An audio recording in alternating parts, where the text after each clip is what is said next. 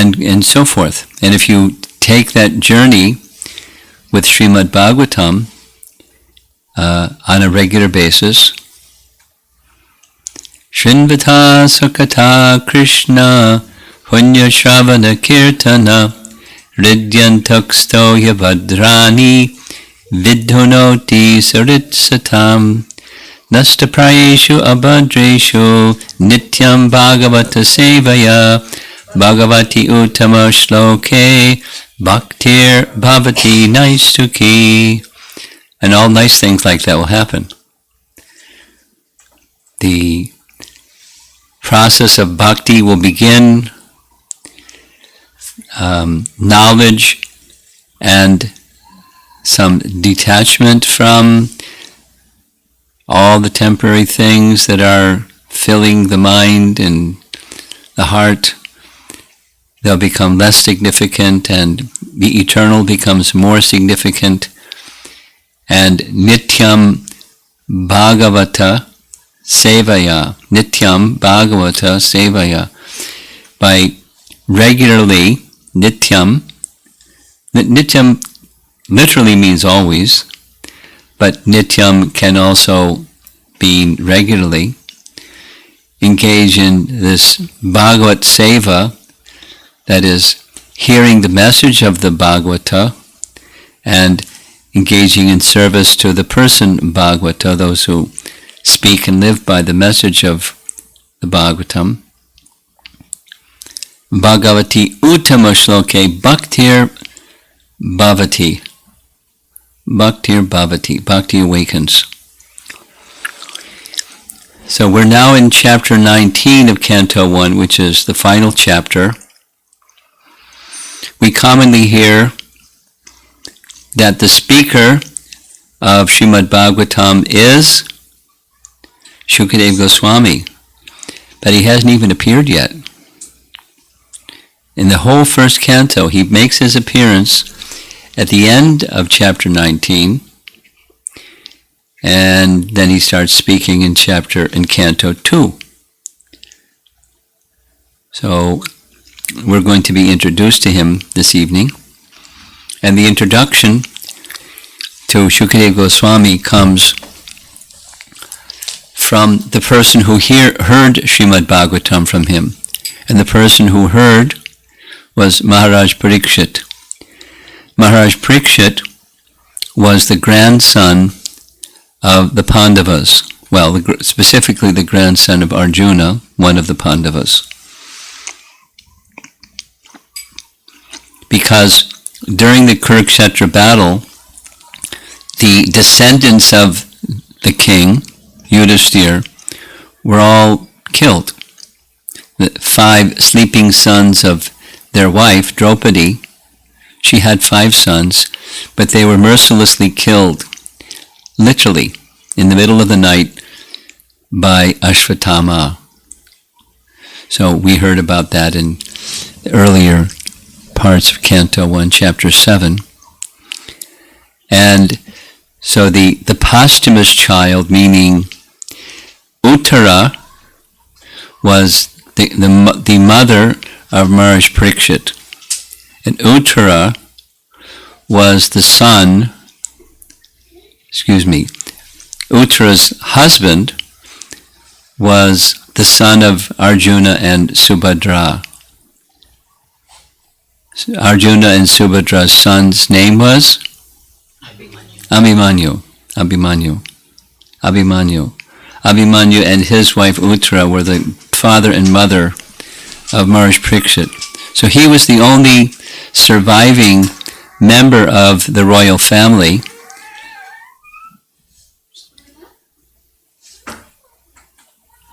He was the only surviving member of the royal family, Maharaj Parikshit. So when Yudhishthira accepted the rule of the throne, and how long did he remain as king until prior to Krishna's leaving this world, when also the Pandavas left this world? How many years was it? Do you recall?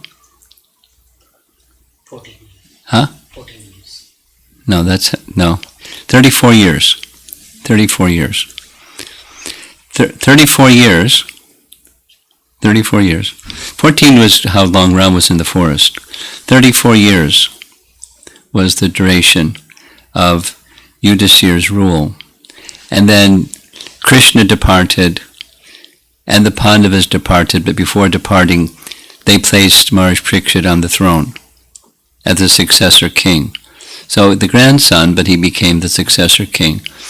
And Maharaj Parikshit he was a celebrity even before he was born. How old are you?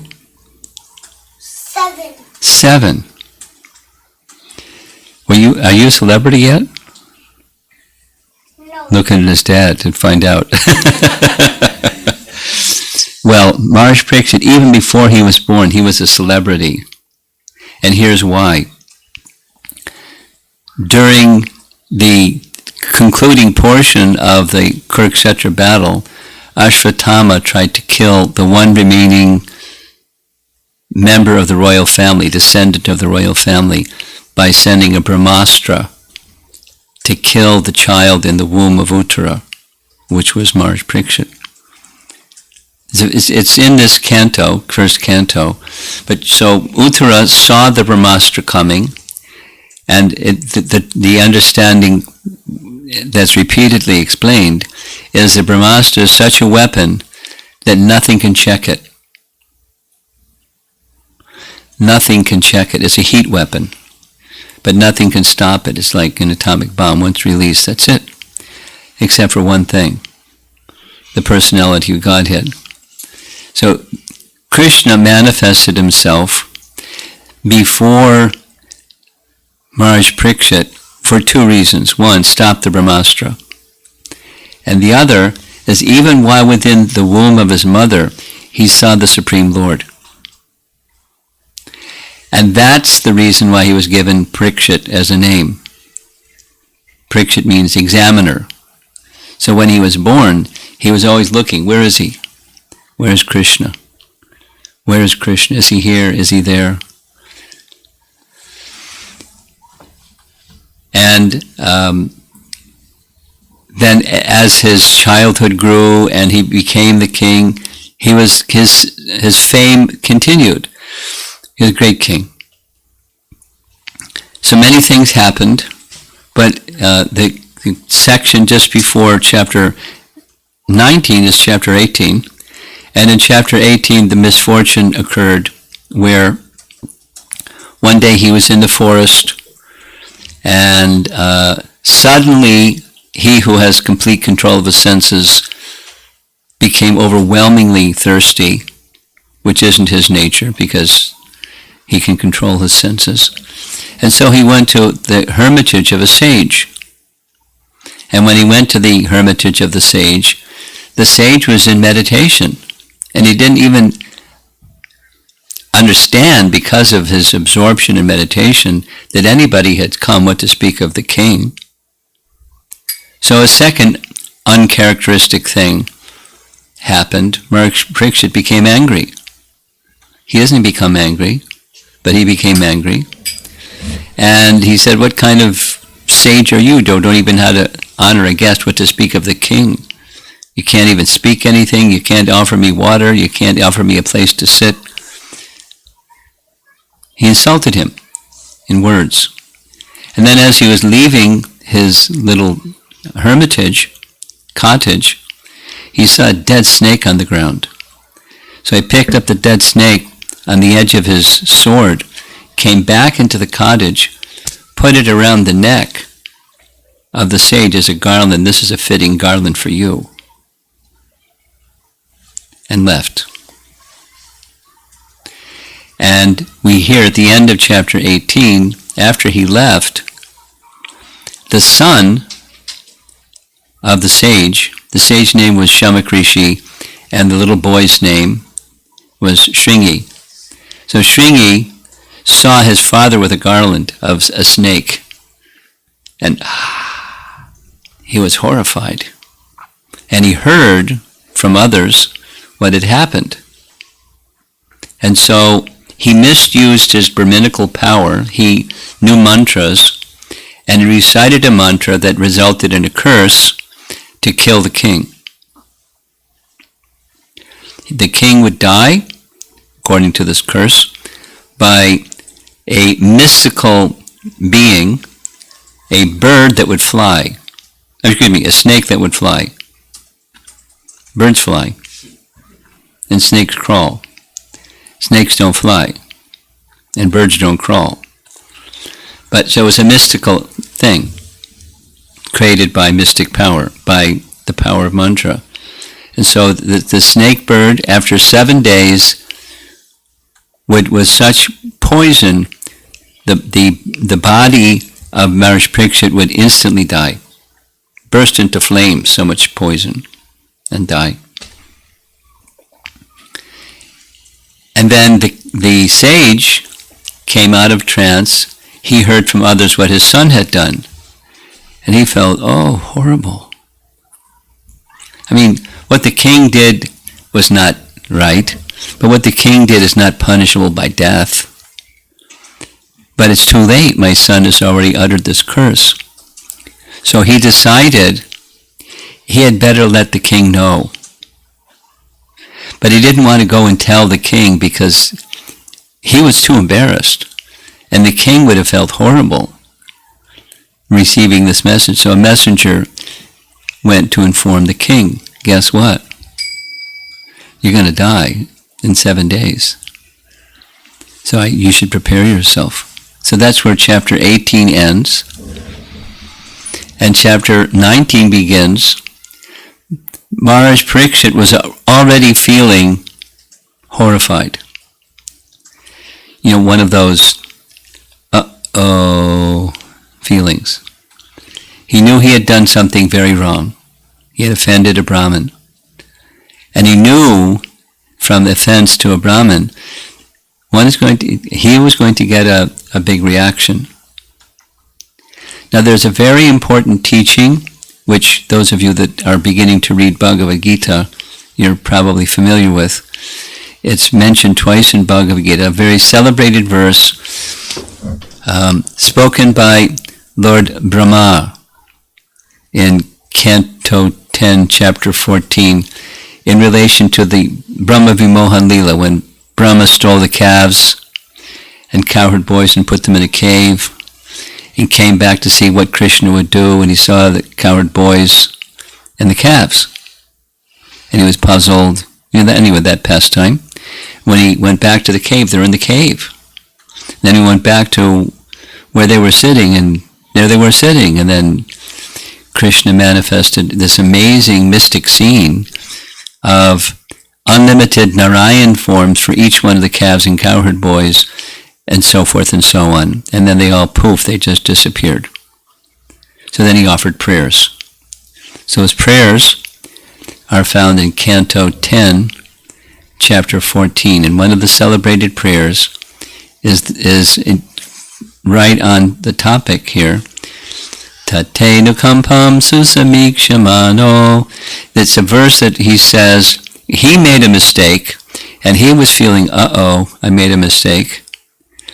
And then he was, just like the question, I don't know your name, but you asked a question last time we were together. What happens if you do an all day long of nice devotional service, and then at the end of the day something unfortunate happens? Wasn't you that asked that question? Your daughter. Okay, excuse me. So, Brahma had one of those. Some misfortune was coming, and he knew it. So what do you do when you're trying to be serve nicely and be polite and all nice things, and then you make a mistake, or maybe you don't even know what the mistake was that you made sometime in the past, but here comes the reaction for that mistake. How do you respond to that? What do you do? What are the steps that you should take? So Brahma's teaching, same thing that Maharaj Parikshit is doing. He's not making any attempt to neutralize the reaction. He's fully accepting accountability for the wrong.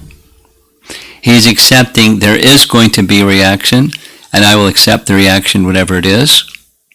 But one thing, I will not let my mind budge 1 inch, or fraction of an inch, from the lotus feet of the personality of Godhead. Whatever come what may. And by keeping my mind fixed like that, one thing is certain. I will attain the kingdom of God. So that's what Maharaj Parikshit did.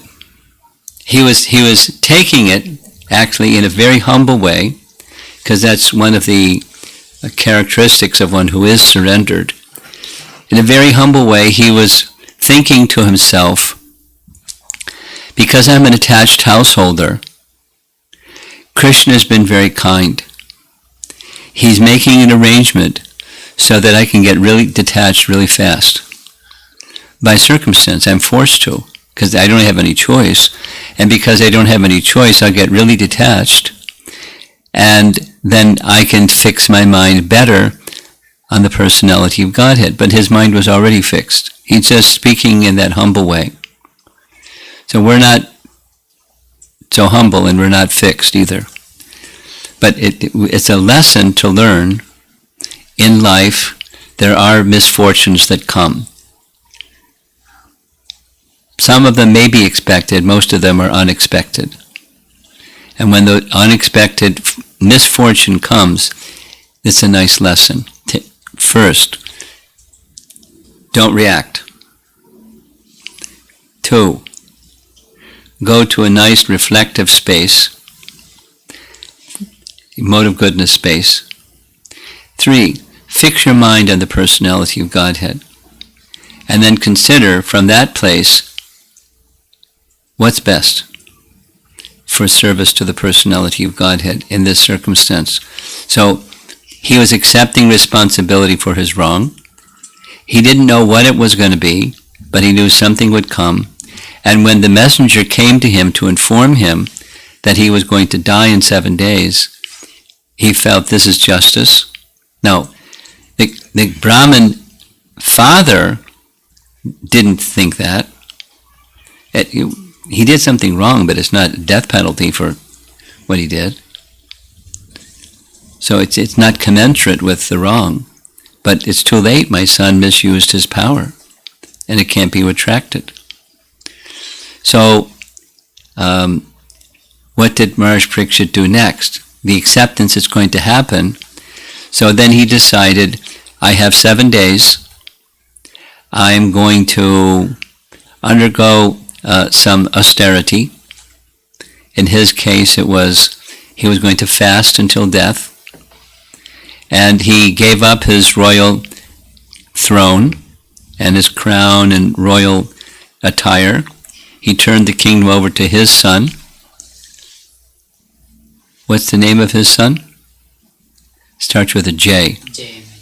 Janamejaya, right. Very good.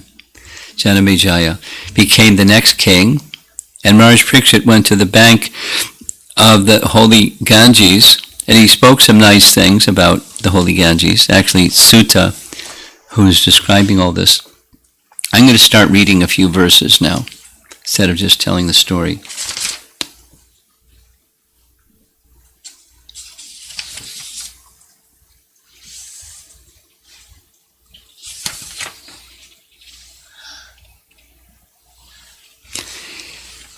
Yeah, many sages came.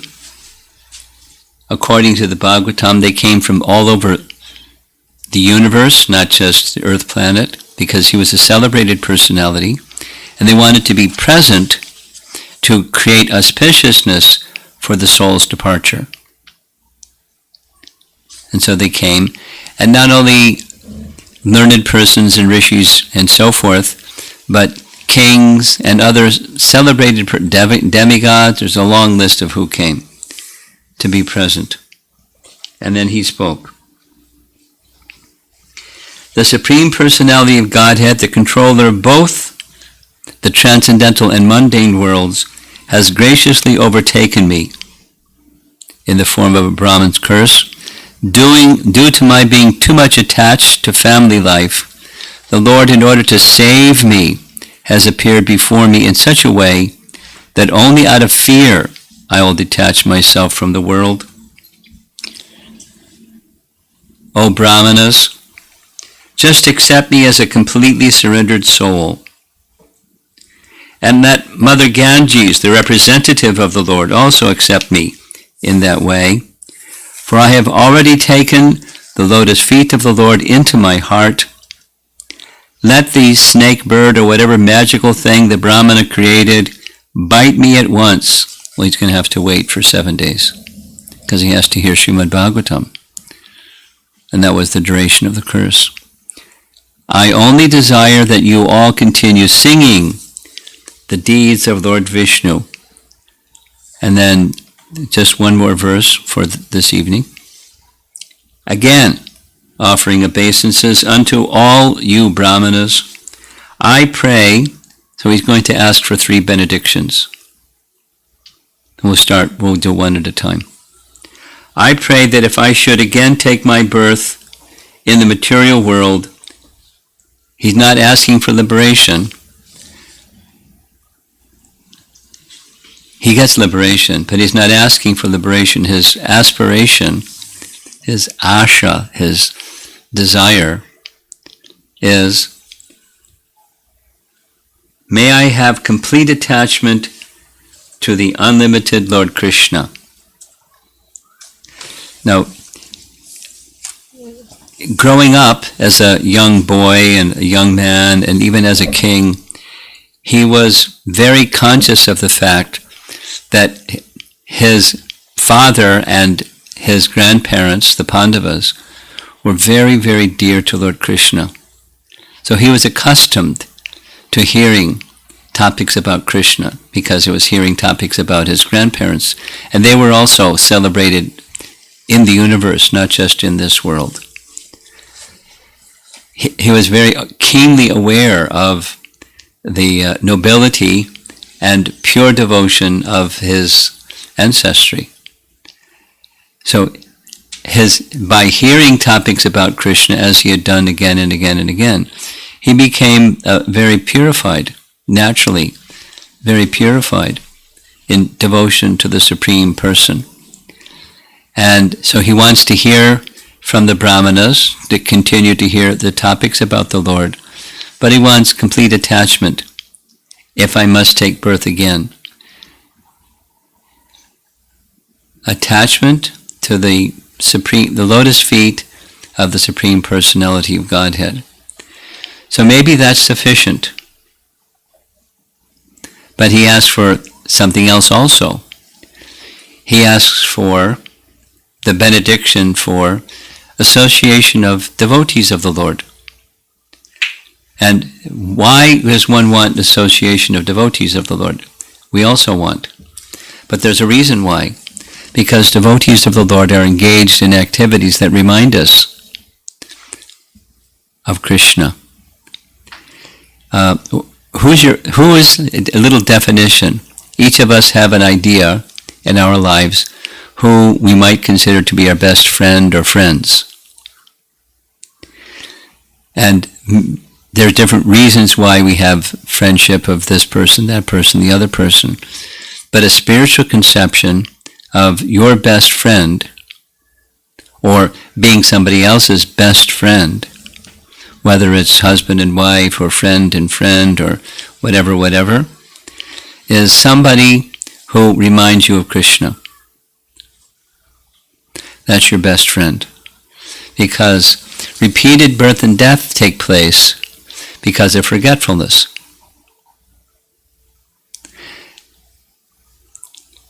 In this material world, it's a place of forgetfulness. It's a place of illusion, where something appears to be real but's not. And what is appears to be not real. Although religious people have some idea of God, the idea of God as a supreme person is quite vague. There's some idea of a higher being of some kind, But what that higher being of some kind is quite vague.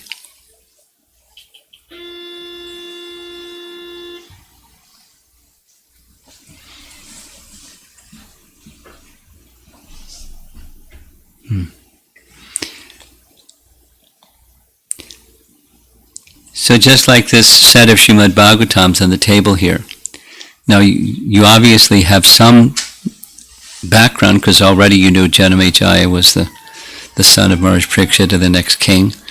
So maybe from Mahabharata, yes? But the topics of Krishna are unlimited.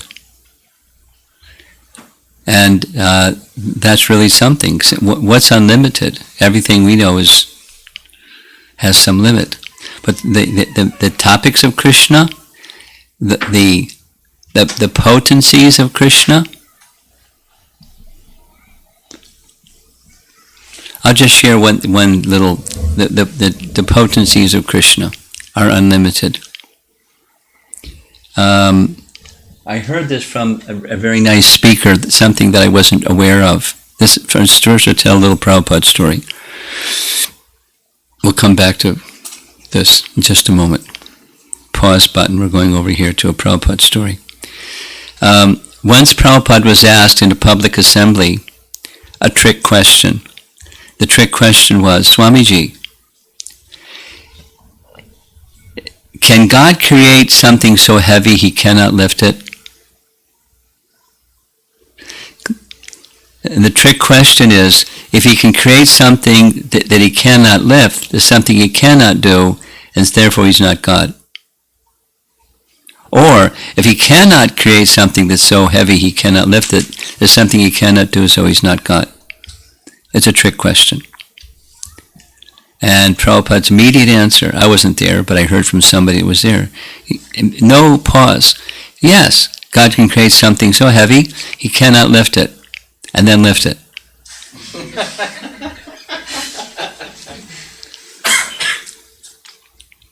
It turns out that question, I heard this from a very wonderful speaker.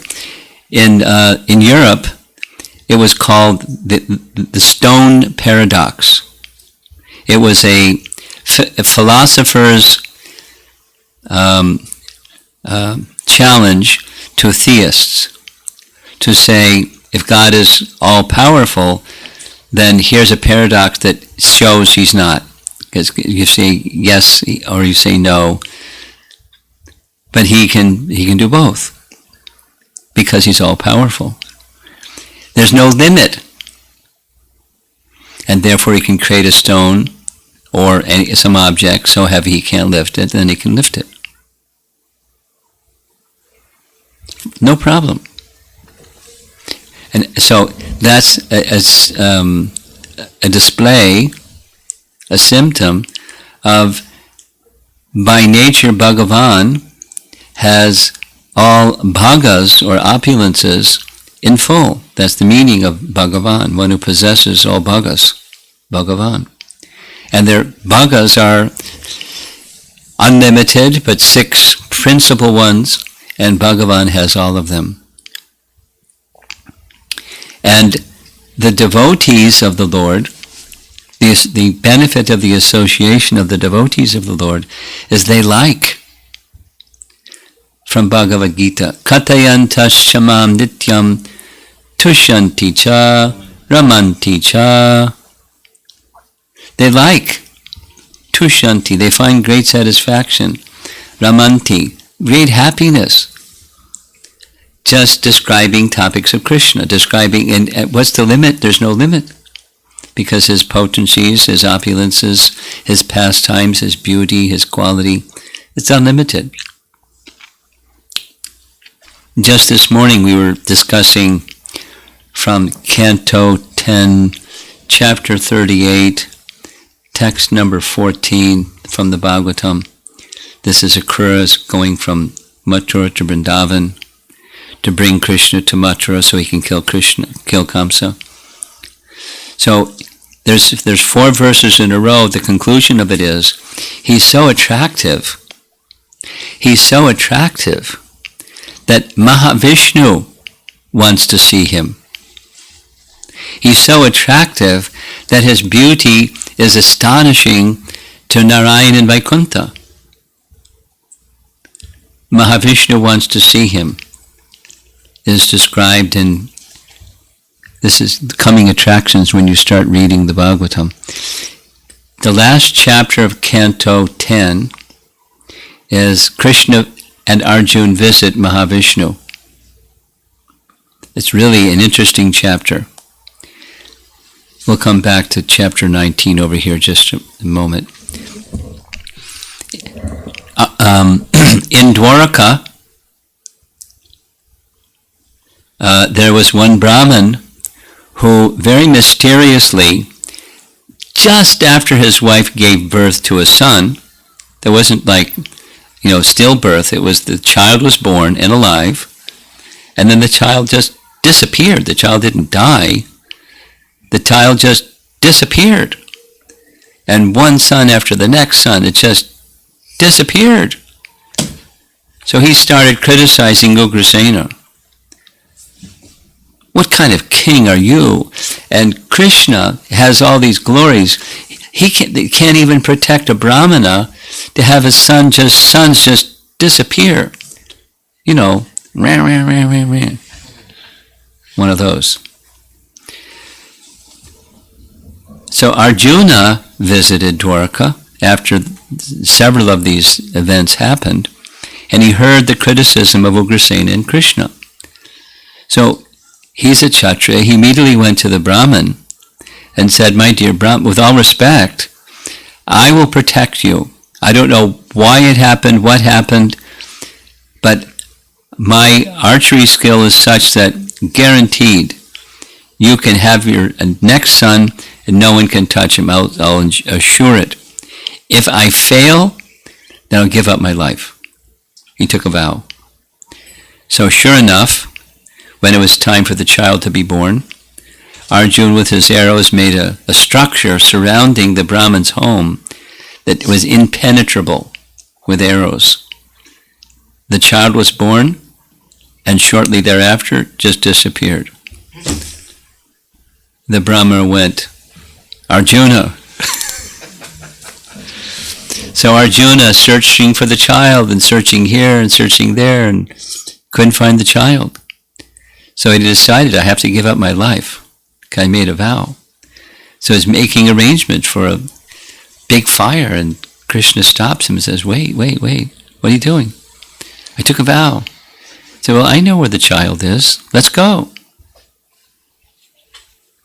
You know the story? Okay, so Krishna had a really special chariot. Krishna's special chariot was also used by Arjuna when it came to the kidnapping of Subhadra. That's another story. So Krishna and Arjuna, Krishna just called his chariot and zoom, the chariot showed up. And off they went. And so they're going to go where Krishna wants to go.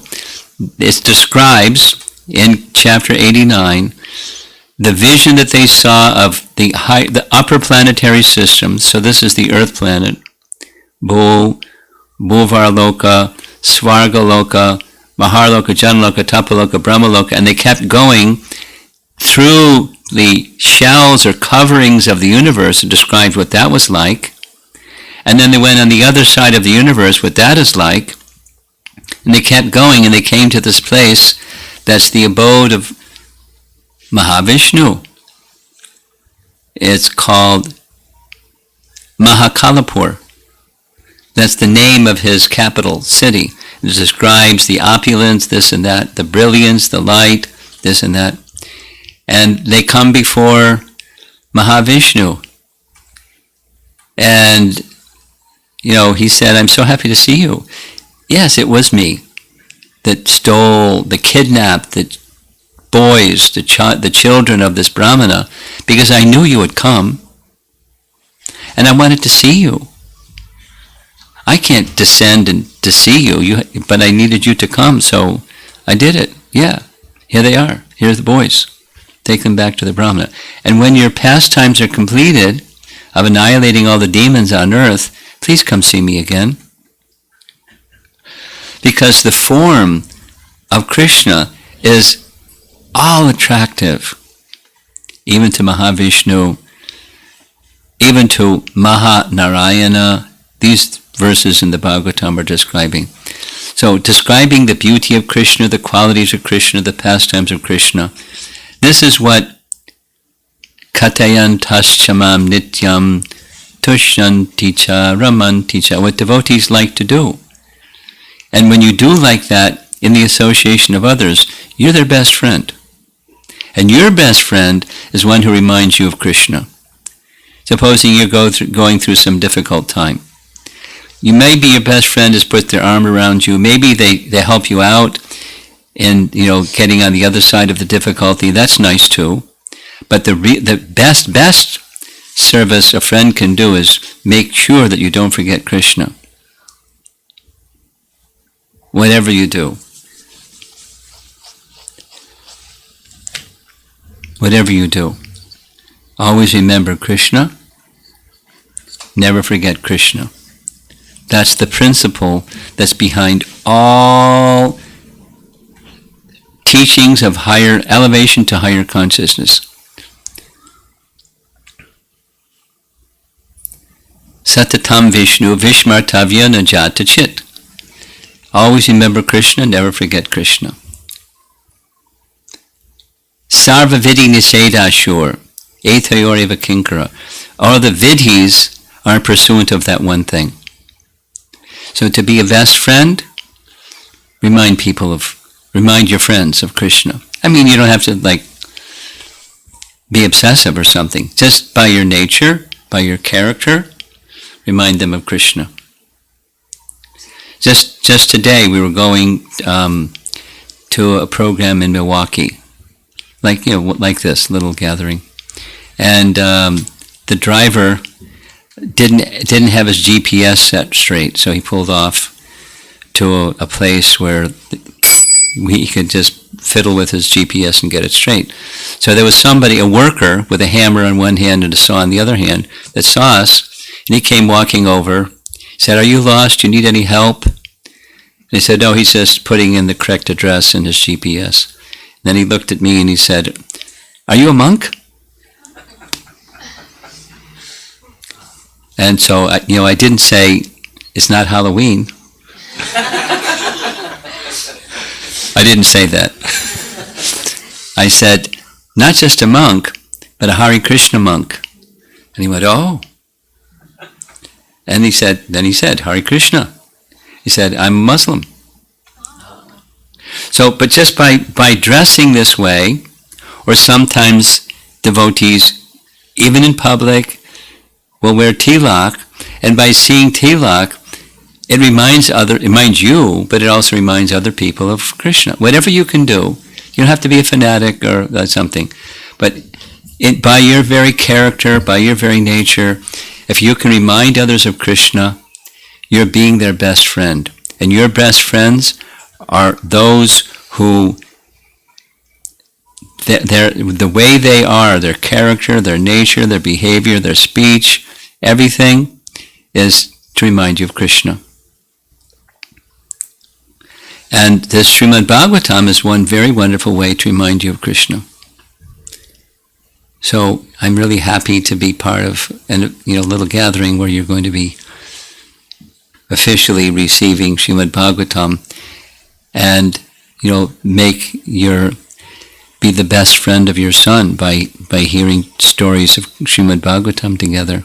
So that just like you learned Mahabharata somehow, probably somebody recited it and you heard it and it's still in you. So give him the same opportunity. And, the other children that your son gets with, because children have friends, and if their friends are of good character, that'll help your son grow to be of good character. So children's activities that are centered on topics of Krishna, somehow.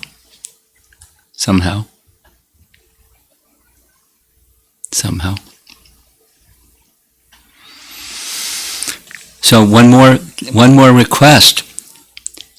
This is now Maharaj Pariksit making a request of all the assembled sages from all over the universe and brahmanas and so forth.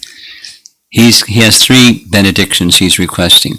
If I must take birth again in the material world, let I remain attached, may I remain attached to the service of the Lord Sri Krishna. May I have association of devotees of the Lord, because they'll remind me of Krishna. So what's the third thing? It's really nice. And I want the benediction of having friendly relations with all living beings. Because there are lots of living beings that aren't devotees of the Lord, at least, consciously living a life of devotion to the Lord. Let me have a friendly attitude towards them. Now sometimes people are mean. Like this man, this Muslim man that walked up to us. His first thought was, do you need help? Are you lost? Any way that I can be of help to you? We were nobody. And he is busy doing carpentry work. But still, he just wanted to be of some service to an unknown person. Can I be of some help to you? That was his disposition. And then when he saw a Hare Krishna monk, it was like, wow, Hare Krishna monk. I mean, that was his face lit up. Now, not everyone's face is going to light up when they say, oh, you're a Hare Krishna monk. They may say something else. But let us have that regard for others, whether they're a nice Muslim man or the other kind of personality in this world. Now, what does having a friendly disposition towards all living beings mean? Now, one of the things that's required to have a friendly disposition towards all living beings is to see a difference between the covering and the soul. There's a difference between the covering and the soul. Just a little sharing, just looking at the clock, brief sharing. Something that I struggled with when I turned 13. Being a teenager is tough. So one of the things that I struggled with was the teaching that you'll find, that I found in Christian teaching, is having a friendly attitude towards other living beings. It's one of the essential teachings that Christ gave. Love God and love thy neighbor. So I had a big problem with loving my neighbor when I saw people do bad stuff. And I don't feel love for those people that do bad stuff. Man's inhumanity to man. That was the phrase that I was, teenagers. It's tough. And I saw it, and it was like, I can't follow that instruction because I don't love those people. And I didn't get an answer. I struggled with it. I went to my elder brother. He didn't have an answer. He sent me to the priest. The priest didn't have an answer. The priest says maybe he needs a psychiatrist. So what kind of priest are you?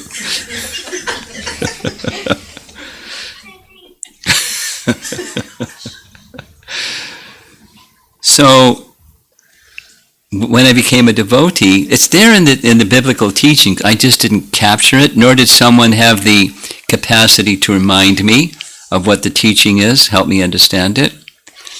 And the understanding is to see the soul within. And the soul is not the same as the covering of the soul. So don't identify the person, the other living entities, as the covering. Because there are nice coverings and there's some not nice coverings. There's good and there's bad. There's kind and there's evil in this world. There's the modes of nature in this world. And the modes of nature influence minds and bodies to do good things, bad things, depending upon the modes and the movements of time. But that's not, the soul is timeless. The soul is the real person. How to have a friendly disposition, a friendly regard for all living entities, requires understanding of those living entities. Even, I won't name some names of people that I think are just bullies in this world, but they have a relationship with the source of everything also. So I may want to keep a distance from a bully, but I'm not going to get bent out of shape and angry and want to do stuff to get back at that person. I may do something that's of benefit for that person that does hurtful things to others, without going into details and examples. The friendly disposition towards other living beings is see them as soul. And certainly the innocent entities, like animals, or trees, or whatever are the other forms of life, they have a right to live. And we don't take their life for our convenience, our sense gratification. We don't do that. We respect the life that's within and their entitlement to live their life within, as long as they're not harming.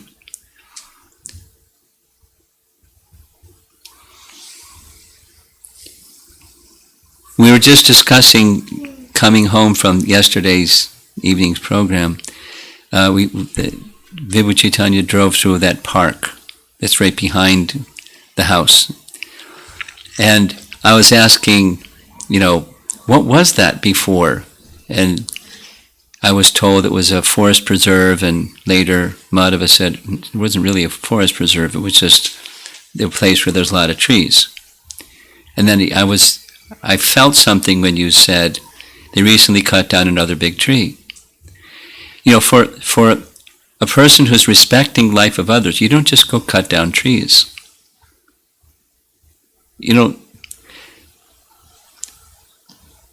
It's my soft-heartedness, but before they built that thing that they put there, it's like a sports complex or an exercise gymnasium type of thing, place, and lots of parking. There was a house, and a man lived in the house. All of a sudden, the house just moved. There was no foundation. It was just a house on that land. And there was a big tree, and underneath the big tree was a red fox. Now, I'm not like a connoisseur of animals, but it was really clear it was a fox. He had a big, bushy red tail that kind of, when he moved, it kind of flowed behind him, and it was very majestic. And then when they cut everything down, where'd that fox go? Poor guy. Who cares about a fox? We're going to build a exercise place for human beings. Anyway, no thought of how our lives are impacting other life forms, just our enjoyment. That's it. It's not a principle to live by. It's not a principle of higher consciousness to live by. So Maharaj Parikshit was asking for those 3 benedictions. And they're very, if I had, I got a little distracted. There's another place in the Bhagavatam. I invite you to read it. It's when Krishna's entering Mathura, one of the places he goes is to the home of the florist who makes garlands. His name is Sudama. Sudama the florist. Chapter 51, I think. So he goes to the home of the florist. It's a long story, but we don't have time for a long story. He was attracted to Krishna. A little bit of the story. Florists, they need flowers. So he knew where he can go to gather nice flowers. And he heard there's really nice flowers in Vrindavan, and it's not so far from Mathura. So on occasion he would go to Vrindavan to gather flowers. And one time he saw Krishna in Vrindavan. Whoa! He just became stunned. Krishna and Balaram with the cowherd boys and the cows. And so he regularly went to Vrindavan, but he just saw Krishna from a distance. And so he became a Krishna Bhakta. just from that occupation of looking for flowers. So then it's a nice story. When Krishna came to Mathura, he went to visit the florist. And because Krishna is omniscient, he knew he was his devotee. So when Krishna came right to his house, the florist was overwhelmed. My life is now made perfect. My family, my home, my children, my austerities, my everything is now, everything is perfect. And he didn't even have to ask Krishna what he wanted. There's some versions that say, Krishna saw the florist had two special garlands made for Krishna, because he heard that he had come to Mathura, hanging on the wall. Krishna just looked at them, and he understood Krishna wants them. So he immediately brought them, garlanded Krishna and Balaram, and Krishna said, you please me so much by your it's not the garland, it's his devotion. It's not what you give to Krishna, it's the love with which you do whatever you do, as Krishna is attracted. So he asked him, please accept a benediction from me, anything you like. Blank check, fill in the numbers. And he said the same three things, slightly different, but same three things. So those are three things. There's a good. We're way down here. We're not about to see Krishna going to Kamsa's chariot. We're not a florist in Mathura where Krishna comes. We're not Maharaj Parikshit. But it gives us a direction to move in as we go on the bhakti path. These are some very valuable aspirations, sankalpas, intentions in fulfilling our lives, and stay with it. Become attached to the lotus feet of Krishna, which means serving him. Be always hankering for the association of his devotees, because they'll remind us of Krishna. And maintain a friendly attitude towards all living entities. At least the spirit-soul aspect. Of course, there is a package. You don't have to love all packages, but have a friendly attitude towards all souls, because they're parts of the Supreme Soul. So that's a lesson from Canto 1, Chapter 19. And I guess the next chapter that's going to come up is Canto 2, Chapter 1.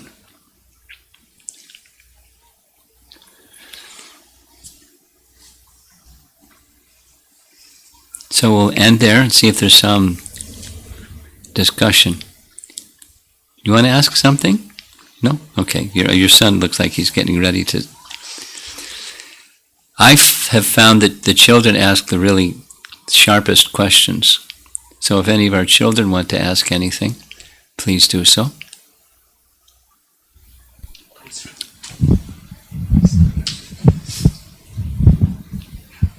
What are the avatars of Vishnu, and how many are there? How many avatars are there? Yeah, and what are the avatars? What are they? The names and how many? That's what you want to know? Well, do you have Srimad Bhagavatam in your home? Not yet. Maybe someday you will. And when you do, and even it's the digital version should be available online, and you can show her how to find it online. And Canto 1, Chapter 3 gives a list of avatars. But it's not a complete list, because the complete list is as many waves as there are in the ocean. And that's too many to count. But there's principal avatars. Not only, there's 6 different categories of avatars. You ready? Common, what many people know is the Leela avatars. You've heard of this before? Das avatar, 10 avatars. Those are Leela avatars. Nrsimha, Vamana, Ramachandra, Matsya, Kurma, Buddha, Parshuram, Krishna, Balaram. So those are Leela avatars. There's many, many, many more. That's just one of the categories, and there's 10 principal ones. And so without going through it, because you're asking for names, those are some names. But there's another category, and that's called empowered incarnations. Empowered incarnations is a jiva that's given the power of Vishnu to do something. The fullness of Vishnu's power. For example, one of the names you'll find in that list is Prithu, King Prithu. And Prithu is bearing the Lord's ruling potency. Palana Shakti. He's a jiva, but he's an avatar bearing the Lord's potency to rule. Or Narada. You know who Narada is, right? He's a Shaktivesh avatar bearing the Lord's potency of Bhakti, his Bhakti Shakti. So he goes all over the place giving Bhakti because he's empowered to do that. That's the second category. There's many others in that category. You're next. You have a question? No, okay. The Purusha avatars. Mahavishnu, we spoke about Mahavishnu. The Super Soul is another one of the Vishnu forms. Shiro Dakshay Vishnu, the Lord of the Heart. And Garbha Dakshay Vishnu, the Lord of each universe. Those 3 Vishnu forms, they're called Purusha avatars. So there's 3. The forms of Manu, that's Manvantar avatar, that's at number 4. Guna avatar. Guna means modes of nature, goodness, passion, ignorance, and they're presiding deities of each of those modes. Those are guna avatars. So there's some names, but the number is too many to count. So principal ones are mentioned in Canto 1, Chapter 3, and you'll find a similar list in Canto 2, Chapter 7. So he'll show you how to find those places. You can go look and read, and when you one day get a Bhagavatam set in your home, you can just read it in your hand, aside from off your smartphone. Okay? Thank you. Sure.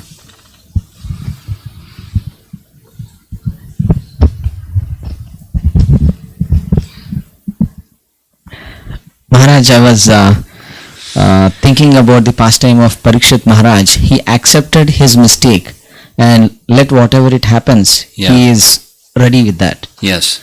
But in the devotee's life, we also see sometimes kind of allegations, blames, misunderstandings happens. So he, per se, for him or he did not do any mistake, but people are taking it other way around. So how to maintain the mind and how to maintain the mind? Right. What should we understand at the time somebody is blaming? You're asking now the practical application in our personal lives when somebody blames us for something we didn't do, and how do we maintain stability when Yes, that happens? Maharaj. That's what you want to know. Well, there's things that people do. There's ways to manage negative emotions, and there's ways to transcend negative emotions. And both tools are helpful because transcend, we're not there yet. So we have to kind of do the manage thing. But we should know that the manage thing is always unsatisfactory and incomplete. But it's good to know how to manage. And twice recently, well, there's recordings. I'll refer you and anybody else here to a seminar that I gave in Naperville on overcoming negative emotions. And if you want to know how to find that and share that with your people, Vangshidhari will help you get the link for those. It's a 4-part series. It's 8 hours of how to overcome negative emotions. And another place where that topic specifically was discussed is the Dhruva story. And it comes up 3 times in the Dhruva story. Something from Narada, something from his mother, something from Swayambhuva Manu, who is his father's father, his grandfather, Lord Brahma, the Swayambhuva Manu. So your question is discussed there in detail. I mean, the 8-hour seminar is more comprehensive and it's much more in terms of practical things that one can do to handle negative emotions when they start to happen. One of the things, there's many things, rather than just repeat it now. Understand where they're coming from, detach yourself from the mind, and you watch the movie and you're just watching a movie. The movie isn't you, it's the mind. And then you're the observer of the mind, of the emotion and the dynamic. Good association is also helpful. There's many things that are helpful. And all of those things, when you're doing any of those things, or combination of those things that are helpful, stay fixed on the principle of smartavya satatam Vishnu, vishmartavya nujatachit. Always remember Krishna, never forget Krishna. That's where that train is going. If you really want to handle reversals where you stay balanced, you have to be on the Krishna train. Your mind goes to Krishna. And then there's stability. And then there's clarity. Doesn't mean it's not that there's never a negative emotion. It's you know just what to do in response to that negative emotion, and that thing that's prompting the negative emotion. Yeah, but sometimes during the practice, always observer and the things which are observing by the observer. Yeah. Both together will exist. Yeah. So how can we overcome? Well, knowledge and detachment. So give him the microphone, because there's people online that want to hear what your question is. They're probably in the back of the room too. Okay. So sometimes, not sometimes, many times, observer and the things which are observing by the observer, both will exist inside your mind or soul forever. So how can we it's not forever. Excuse me. Yeah. You go finish your question. Yeah. How can we get rid of both? You need a very powerful cleansing agent. And the cleansing agent is Bhakti. Bhakti has the power to diminish those impressions and to dissolve them. And not only dissolve the impressions, but dissolve the material mind. Whoa. Could you say that again? Yeah. Bhakti has the power to dissolve the subtle body of the conditioned soul. You'll find that in Canto 3, Chapter 25, where Kapila is explaining this to Devahuti. And it's also in Chapter 29. Bhakti has the power to dissolve the subtle body. So, expressing bhakti by words or expressing bhakti by feelings, which helps? Everything. Totality. Body, mind, and words. Atma Nivedana. Total connection with the source of everything. It doesn't happen like snap your fingers. It's not a 1 to a 0 or 0 to a 1 or 10. It's gradual, but as bhakti unfolds, there's still emotion. There's still emotion, but you're not captured by it. It's a very interesting truth about bhakti. And the truth about bhakti rests upon the object of bhakti, Krishna. Krishna does things, and he's not attached to those things he does. We just discussed it in this Akrura's talks, chapter 38. He's speaking about, he's just like, Krishna, you're so wonderful. Let me sing your glories. So he starts in his mind, because he's not speaking to anyone. Yeah. He, by his ikshate, by his glance, he creates the universe, universes. And the universes cause and effect. But he, by his glance, is not at all attached to the glance or the byproduct of the glance. Although he's seeing it as it's unfolding, and he's the cause. By his expansion as Paramatma, he's the witness of everything. But he's not attached. So similarly, one who becomes attached to Krishna can observe all things using the very language you're using. You can still observe things. You don't become dull. But you're not attached. You can see transparently as Krishna sees things. And then you can make choices because your free will is operative like anything, and you can choose what's appropriate for each and every circumstance as it fluidly moves. That's a liberated soul's position. We're not there. But that's becoming attached to Krishna takes you there. That's the train that we're encouraged to get on. Get all aboard the Krishna train, pulling out of the station. And it takes you to that place where those turbulences that are parts of duality, the happiness and distress, the pleasure and the pain, the honor and the dishonor, chapter 2 Bhagavad Gita, one can be situated on the other side of it. Completely, not just handle it, but on the other side of it. And then still deal with, because sometimes the body gets pain or somebody says something harsh or something. So ideally, right, though we will be in a state of observing anything without any detachments, but the feelings still have existency. Yeah. There's spiritual feelings, is my reply. Mother Jasoda feels feelings. When she looks inside when she hears that Krishna has eaten dirt, she has some feelings. Yeah, but is there any way, even without observing the feelings, we can exist? Well, there's a stage of neutrality, but that's not desired by devotees. Neutrality is negation of the unpleasant. Then you go into this neutrality space.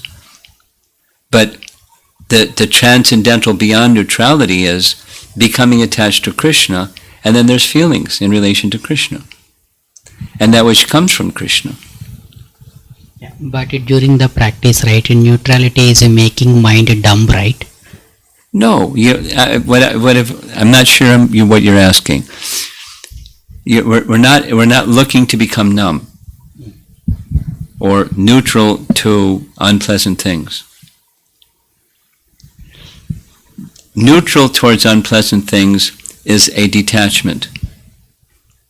Neutral towards pleasant things is another detachment. But the goal of bhakti is to go beyond that neutrality position, where there's attachment to something. Because we're part and parcel of the Supreme Being. And in the Supreme Being, by nature, is Satchit Ananda. So we're also pleasure-seeking because we're part and parcel of the Supreme. So we want happiness, not just neutrality. So we have to be attached to something. So you try to become neutral, and you can stay there for a while, but if you're not attached to something, you'll go back to being attached to the temporary. So when there's attachment to the eternal, there's feelings.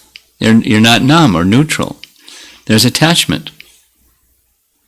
And in that attachment, there's feelings. I mean, that's the cowherd boyfriends. or the gopis, or the elders, or the cows, moo. They love Krishna, and Krishna loves them. But at the end of the day, they're attached to Krishna. Krishna is going to go back to Nandagram, and they have to go to the Goshal. Moo. They're attached to Krishna. And Krishna sometimes sneaks out and goes and milks them, although they've already been milked, but just seeing Krishna, they give more milk. I mean, there's attachment in transcendence. It's not just neutral. It's beyond the pleasant, unpleasant of the material world. It's in another world, the world of transcendence, where there is feeling. The goal is not to become numb or neutral. That's a temporary situation. It's not a permanent situation. You have to be attached to something. So be attached to transcendence. Be attached to Krishna, the person, loving service to Krishna. That's the goal. Then it's beyond this neutrality thing. Right now, we're not attached to Krishna. So we have to manage those negative emotions and not become overjoyed when some good fortune comes, because that's just inviting us to get more drawn into duality. Oh, good fortune. Here comes the misfortune. One after the next. That's the world of duality. So be neutral towards the world of duality. And in that disposition towards the material duality, develop attraction for Krishna. That's what this Bhagavatam will do. Read it, and it's magical. It'll happen. Things that you did not yet fully understand, just the light goes on, and it's that kind of literature. It's a sound vibration that's very powerful. Very powerful. Anyone else? Okay, she's got another question.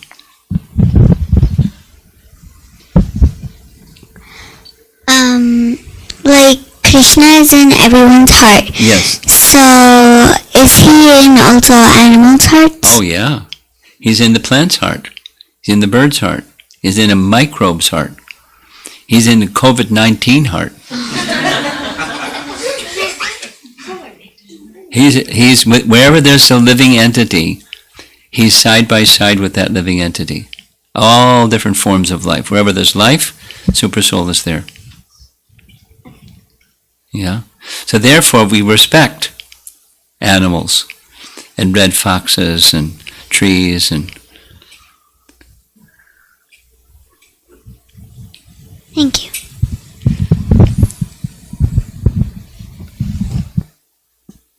Behind the where I'm staying, Vibhu Chaitanya's home, there's a pond. And at night, the ducks go somewhere because there's some kind of a coyote or some kind of a creature like that goes hunting for the ducks. So they fly away. I don't know where they go. And then they come back in the morning when the sun comes up. So this morning, there's one duck. I've studied the ducks. So one duck has a green head, and I believe that's the male. And then there's a mama duck, and then there's the four little ducklings. They kind of like grew up. They're like little guys. But the papa duck didn't show up this morning. And I thought, oh no, maybe the coyote got him. And I was very sad. But he showed up. And I think, yay. So, having compassion for other living entities, even ducks, or, so Radhapriya goes in the back and feeds them some prasadam once a day. They go, and she throws them some prasadam, and they wiggle their tail, and they're really happy. So we're kind to other living entities. So yes, the animals have super soul inside, as they have a soul and a super soul, wherever there's life. So we respect life. We'd like to have a friendly disposition. We don't put our head inside a tiger's mouth as an act of friendship. We regard the dangerous animals in a certain way, but we respect that there's soul and supersoul within. We have different behaviors towards different living entities, but regard them as part of Krishna.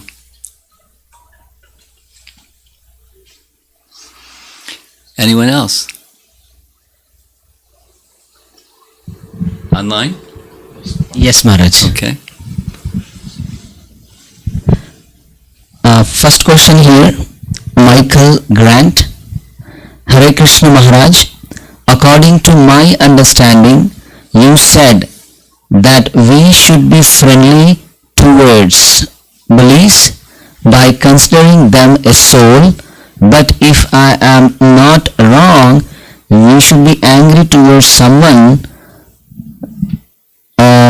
when blaspheme pure devotees of the Lord. Yeah. How can we relate these two things? Well, but when there's a bully, pardon me, but I bristle when I see somebody bullying others. I see the soul and I see the behavior, and I don't like the behavior. I bristle when I see the behavior, and that bully needs to be dealt with appropriately, not by embracing them either.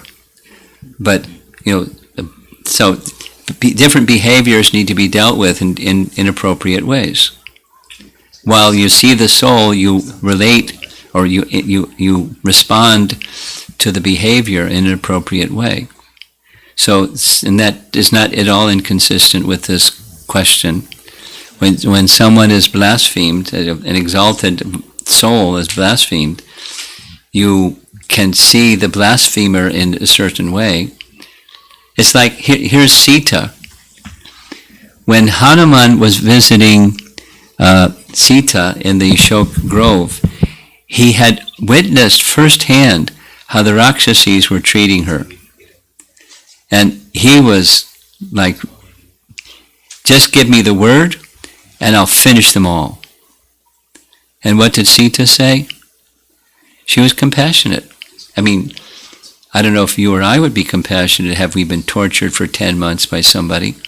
But she said their nature is such that they're ignorant, and they're doing the bidding of Ravana, who is certainly ignorant, and they should be forgiven. Wow. That's very exalted, elevated conduct. So, but if Hanuman's response was right. Look how they've treated you. And what to speak of Ravan. So,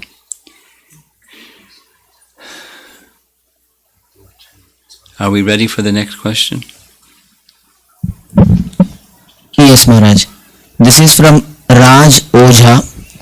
Question on practicing Ashtanga Yoga as mentioned in Canto 1 for improving Bhakti by making body healthy and mind stable to help chant better and getting towards sattvic eating resulting in getting in mode of goodness.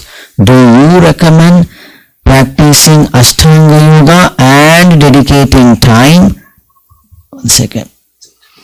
No. It's not in Canto 1 either. It's in Chapter 6, Bhagavad Gita.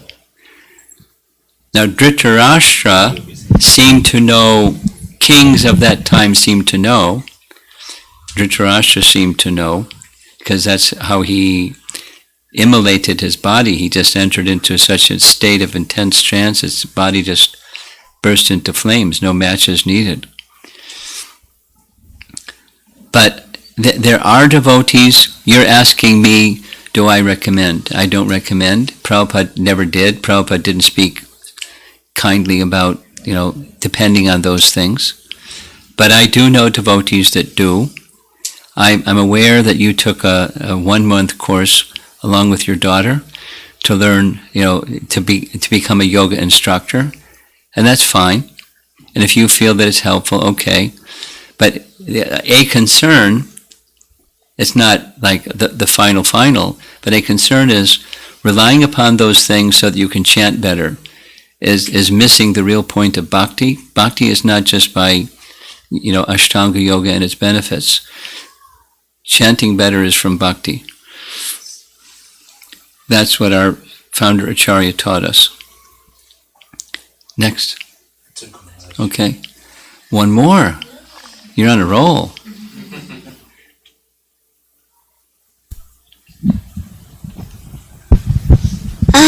In the Ramayana, when Ravana took Sita to Lanka. Was Sita worried that she was not with Rama, or was she brave that Rama will get? Oh, it's not just worried. More than worried. Her life is Rama, and she was separated from Rama, so she was like without life. It was horrific, not just worried. But she maintained her life for the pleasure of Rama, because she wanted that he come and redeem her, rescue her from that difficult situation. And he did. So, does that answer your question? Yeah, but when was Rama worried when Sita was taken away from him? Yeah, he was more than worried too. He was beside himself with grief. Now, there's an emotion, and it's not from our perspective, it's a really sad emotion. But the good news is, here's the good news. According to the teachings of our acharyas, that's a particular kind of bhava. There's 33 a list of 33 different bhavas. Vyabhachari bhava is the technical term. And when it becomes a sustained emotion for some period of time, it takes another name, sanchari bhava. So it's an ecstasy. So the ecstasy is, so there's the primary emotion. This is a science of rasa. A primary emotion becomes amplified by separation. And then again meeting, anticipating meeting a loved one is another ecstasy. And then when there's a meeting, then it's another kind of ecstasy. And that's the way of relationships. Supposing, I explained this to our devotees in China the other day. There was one of those Zoom classes, you could see all the people who were on the call. These certain, the whole screen was filled with names. So I know this person has a friendship with that person. So I said, supposing this person over here says to that person over there, I used their names, Jambavati says, I'd like to come and visit you for a month. But when I visit you for a month, you have to be with me 24/7. You have to stop your work and stop all, taking care of your mother and all the other things that you do and, giving classes. Just be with me morning till night for a month. No break. So what's the person she wants to visit going to say? Well, excuse me, but there have to be some separation along with the meeting. It's just part of any relationship. Even a really fine relationship, and that's just a friend and a friend. But whatever the relationship may be, because that's one of the primary rasas is friendship, there is separation as well as meeting. And so that's one of the ecstasies that Sita was feeling, intense separation, and Ram was feeling intense separation, which is an ecstasy. It doesn't change the primary relationship, it just heightens it during that period of separation and then again meeting. And how wonderful it was. Meeting after some period of separation. So supposing anyway, you haven't seen a friend in a long time, and then there's the opportunity to see that friend you haven't seen in a long time. and you share what you've been through and they've been through, and you have a really nice time together. But it's heightened by that period of separation. Any relationship has both.